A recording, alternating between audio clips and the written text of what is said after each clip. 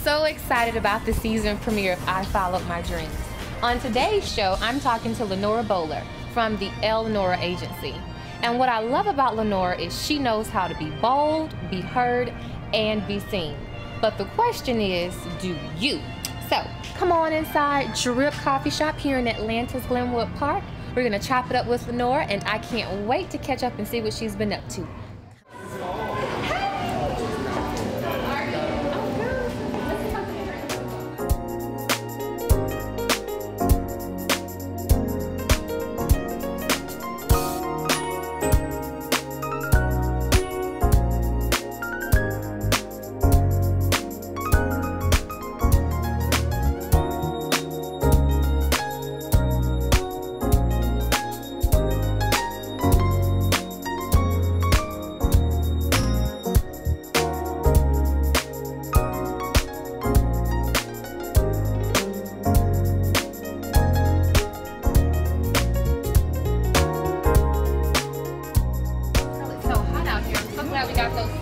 I know. And we're sitting in the shade, so that's good. Yes.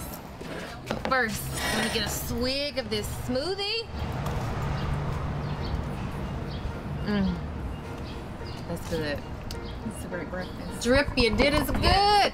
Blackberry. It tastes very good. So how you been? I've been great. Yeah? I've been awesome. Awesome. This is a wonderful time right now. I hear you've been awesome. But before we catch up on all that you're going through and all that you're doing right now, I have my friend here. Okay. This is Miss Lifebox. Okay. So what you have to do, reach inside. Sounds like a game. It is. I love games. It is a game. Okay. We're full of games. Okay. Reach inside, grab a sheet of paper. There's a question on there. Okay. And then read it aloud and you have to answer it. Now you can pass, but you can only pass one question and you have to reach back outside. Okay. Okay. All right. First question. First question. Extracurricular activities from childhood. This is a fun question. I would love to answer this question. Okay, go ahead. Yeah, I love talking about my childhood because I feel like I had a really good childhood. Oh, good for you. You know, this makes me who I am today. What did you do? What kind of kid were you? I was an athlete. I played basketball, and I was a part of the track team. Nice.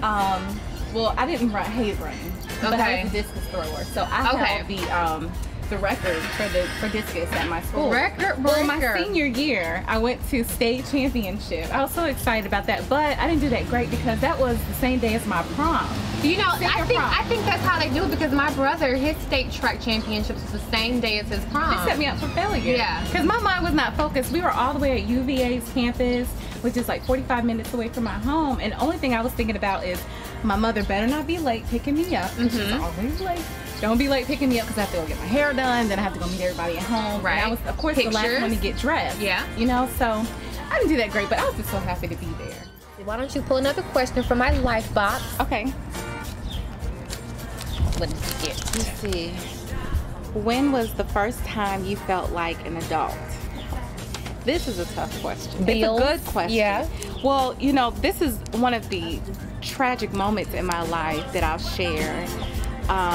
It was, I don't know, it was a few years ago, I guess, maybe 2000, and it was after I had moved here in 2008 or so. I was out of college, so I had my degree.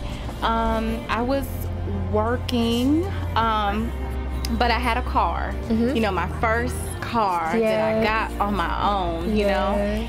But, you know, I think at that time I was kind of in between jobs. Freelancing, but laid off from this event job that I was working at a restaurant.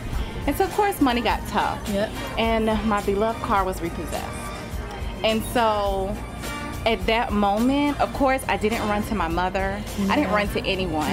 Of course, I wanted to run to friends. I reached out to a few friends, but I just kind of felt like I did that to myself. I did it on my own, and I have to figure out how to get it on my own because I cannot keep running to my mother when stuff happens. Especially because my mother was already at home taking care of one of my old, you know, I wouldn't say taking care of, but my sister has a child, so she was already supporting. She was already locked down. And so I was always that type of person. I would wait till the last minute to call my mom to do stuff. And she would, don't do that. If you need something, call me. But I just felt like, you know, I need to take care of myself. And so, of course, my aunt, and she fussed at me. You should have called me. You should have told me. But I was like, I just felt like I'm an adult. I am over 25, and I need to figure it out on my own. So at that point, I just figured it out on my own. So what would you say was the key learning experience from your repossession of your first car? The key learning experience was that, you know, I can't be proud. You know, I had a lot of that in me. Afraid to ask for help. Don't want to ask for help. And, you know, my oldest sister, thank God that she's here. She helped me out at that time a lot. Well, actually, it was a year later. But she's always been there to help all the time. So I'm thankful to have her in my life. But just not to be proud. You know, you have to be able to be responsible for yourself, responsible for your actions. But when it's time to ask for help, you have to learn when to ask for help. And at that point, I should have asked for help. And I did not ask for help because I probably would have still driving around in my little Corolla. But I didn't ask for help.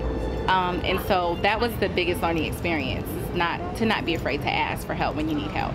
So today's thought is ask for help. Ask for help.